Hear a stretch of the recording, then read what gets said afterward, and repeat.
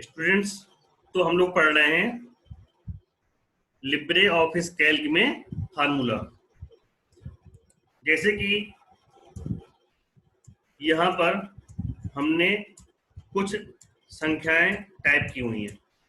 अब हमें इन संख्याओं को जोड़ना है, तो इसके लिए जो फार्मूला होगा, सबसे पहले इक्वल होगा और फिर सम होगा। हमें कोई भी वर्क करना है तो सबसे पहले उसका फार्मूला लिखना जरूरी है, इक्वल और सम। सम क्यों लिखा हमने? क्योंकि हमें जोड़ना है। अगर हमें गुणा करना होगा या भाग करना होगा तो उसके लिए दूसरा फार्मूला होगा, वो भी आगे बताया जाएगा। तो जोड़ने के लिए लिखेंगे इक्वल और सम।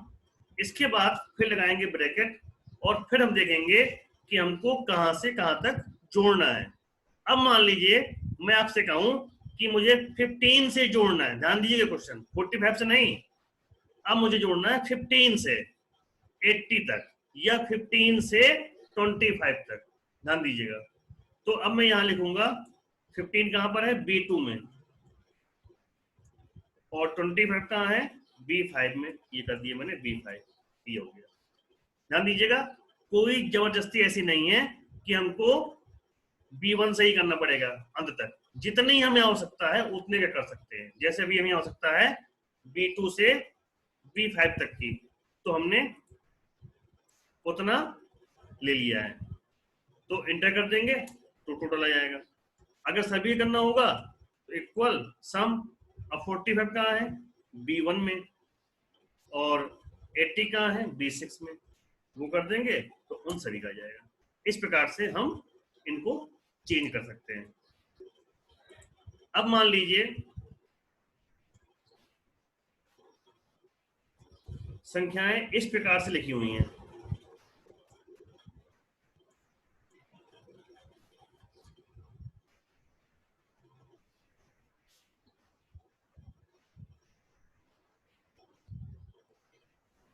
ऐसी लिखी हुई संख्याएं, यानी अब संख्याएं पास पास नहीं है, एक ही कॉलम में नहीं है, संख्याएं लिखी हुई हैं दूर दूर।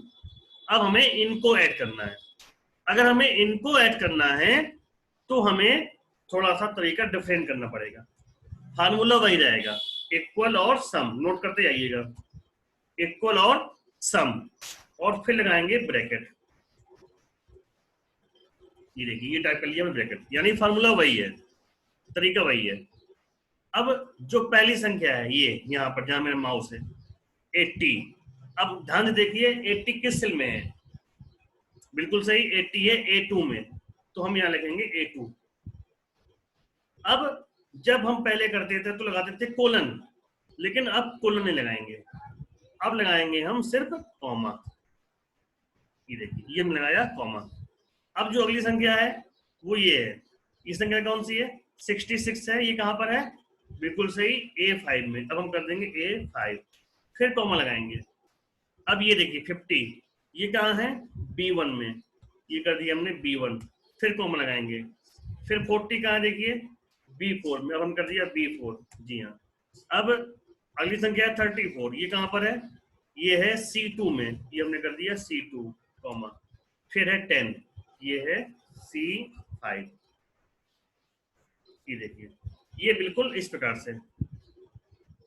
ध्यान दीजिएगा, ये जो A2, A5, B1, B4, C2, C5 लिखा हुआ है, ये एग्जाम्पल है। जहां पर हमारी संख्या होगी उसके अकॉर्डिंग इनको हम यहाँ पे टाइप करते हैं, उनके अकॉर्डिंग चेंज कर सकते हैं। तो देखिए, इस प्रकार से हमने कॉमा लगा दिए बीच में, और अब हम इंटर करेंगे तो इन सभी संख्याओं का टोटल हमारे सामने आ जाएगा।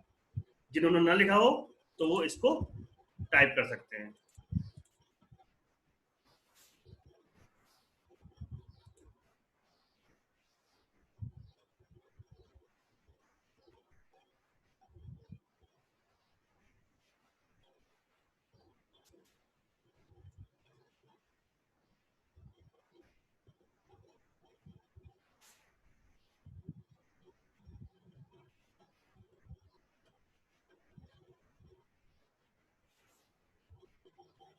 ये फार्मूला है, इसको आप लोग टाइप कर लीजिए। ये सही, ये सही फार्मूला है जो दिख रहा है आपको स्क्रीन पे। तो इस प्रकार से हम सम फार्मूले का यूज कर लेते हैं। उम्मीद है सबको समझ में आ गया होगा।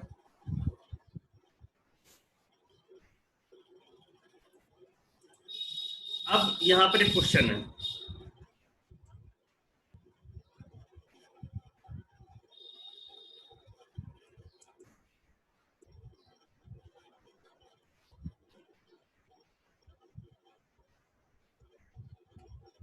क्वेश्चन ध्यान समझिएगा।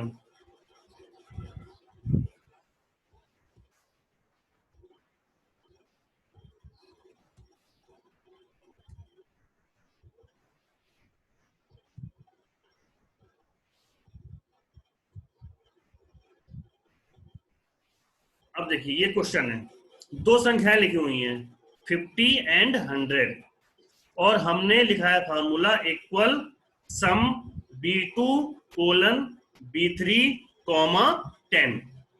ये हमने यहाँ पे फार्मूला लिखा हुआ है। अब आपको इन संख्याओं को देख के, ये संख्याएं किस सेल में है उसको देख के और फार्मूले को देख के ये आंसर देना है कि इसका आंसर आएगा या नहीं आएगा, आएगा तो कितना आएगा।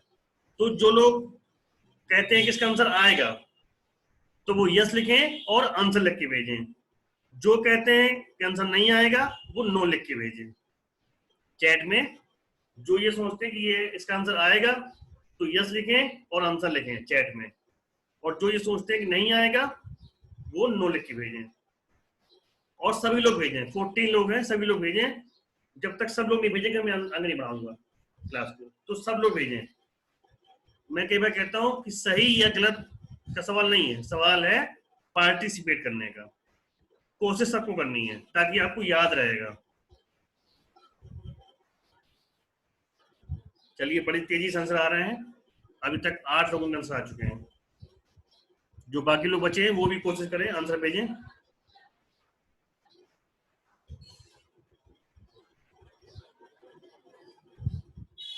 चलिए 10 आंसर आ चुके हैं।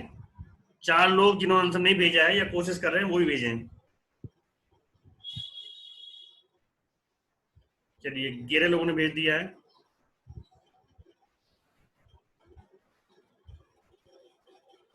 अभी 3 लोग और बाकी हैं, जिन्होंने नहीं भेजा वो भी भेजें, कोशिश करें भेजने की। अगर इस पे नहीं भेज पा रहे हैं तो व्हाट्सएप पे मेरे भेज दें। चलिए 12 लोगों ने भेज दिया है। अभी 2 स्टूडेंट और बाकी हैं। जो स्टूडेंट 2 बाकी हैं वो भी भेजें आंसर। चलिए एक आंसर मेरे व्हाट्सएप पे आ गया। चलिए 13 लोग हो गए, और कोशिश करिए भाई। एक लोग कौन बचे हैं?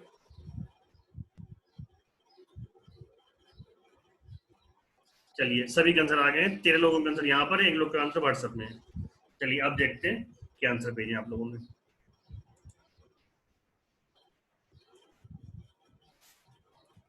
चलिए अंकित भैया कह रहे हैं यस आंसर आएगा 160। वीर बहादुर कह रहे हैं आंसर आएगा 160। महक कह रही है नो। संजय भैया कह रहे हैं यस 160। अशोक भी कह रहे हैं यस 160। नरेश कह रहे हैं यस, आंसर नहीं भेजा नरेश ने। शिवम कह रहे हैं नो। अंकिता भी कह रही है नो। प्रतीक्षा कह रही है नो। सुधा ने बोला है नो। अंशिका ने बोला है यस और आंसर भेजा है 160। ठीक है, तो इन सब लोगों ने आंसर भेजे हैं। सभी लोगों का बहुत अच्छा है। और अब मैं बताने जा रहा हूं आंसर। आंसर को ध्यान से सुनिएगा सभी लोग। अब आपके सामने फाइनल रिजल्ट आने वाला है। तो जिन जिन स्टूडेंट्स ने नो सेंड किया है उनका आंसर बिल्कुल गलत है। जिन्होंने यस भेजा है और आंसर भेजा है 160 उनका सही है। लेकिन आप लोगों ने कोशिश बहुत अच्छी की है और ऐसे ही आप सभी लोग कोशिश करते रहिए। अब मैं आपके सामने आंसर डिस्प्ले कर रहा हूं। ये देखिए, ये इसका आंसर आ गया 160। अब इसको समझिए ध्यान से, ऐसा क्यों हुआ और कैसे हुआ। देखिए ये था फार्मूला, इक्वल लिखा हमने b2 लिखा, कोलन लगा के b3 लिखा, कॉमा 10 लिखा। इसका मतलब ये हुआ कि इक्वल सम, इससे तो संख्याएं जुड़ेंगी, और B2 में है 50, तो हम ये भी मान सकते हैं कि B2 का मान है 50। इसी प्रकार से B3 का मान कितना है 100, B2 का मान 50, B3 का मान 100।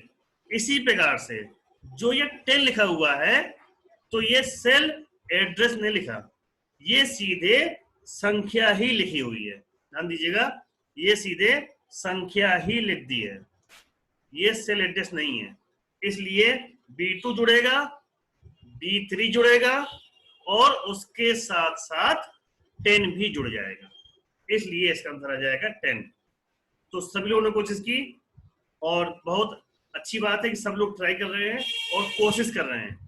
तो सही गलत के लिए मत सोचिएगा, कोशिश करना है, ये इंपॉर्टेंट है, ताकि आपको हमेशा याद रहेगा। तो इसका आंसर आएगा 160। क्यों आएगा आप तो समझ चुके होंगे। B2 की वैल्यू 50, B3 की वैल्यू 100 और 10, ये 10 सेल एड्रेस नहीं है, बल्कि ये खुद एक संख्या है, इसलिए ये दोनों जुड़ जाएंगे। ये देखिए इसका आंसर आ जाएगा। यानी अगर हम चाहें तो ऐसे भी कर सकते हैं। देखिए अगर ऐसे कर दें, मान लीजिए कोई संख्या लिख दें ऐसे और ऐसे कर दें, तो ये संख्याएं भी आपस में जुड़ जाएंगी। तो इस प्रकार से भी हम सम का यूज कर सकते हैं। तो स्टूडेंट्स अब हम चलते हैं नेक्स्ट फार्मूले की तरफ।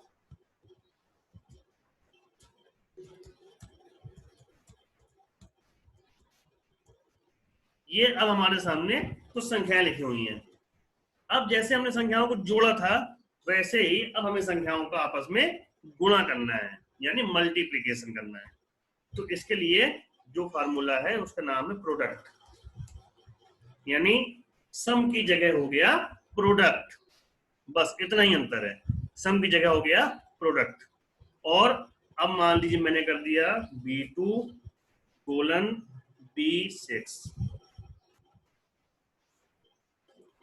अब अगर मैं इंटर कर दूंगा तो इन सभी संख्याओं का आपस में जो गुणा आ जाएगा वो आपके सामने ये आ गया।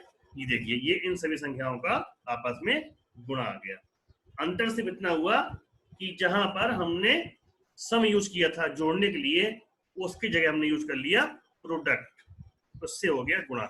और जैसे हमने 2-3 एग्जाम्पल सम के किए थे, यानी कॉमा लगाकर, और जो मैंने एग्जाम्पल दिया अंत में, वैसे तो उस प्रकार से प्रोडक्ट का भी यूज हम बिल्कुल उसी प्रकार से कर सकते हैं। जैसे मान लीजिए मैंने किया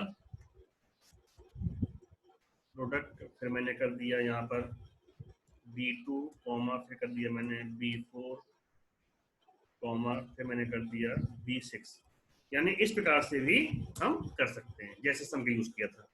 तो ये है फार्मूला प्रोडक्ट, इससे गुणा होता है।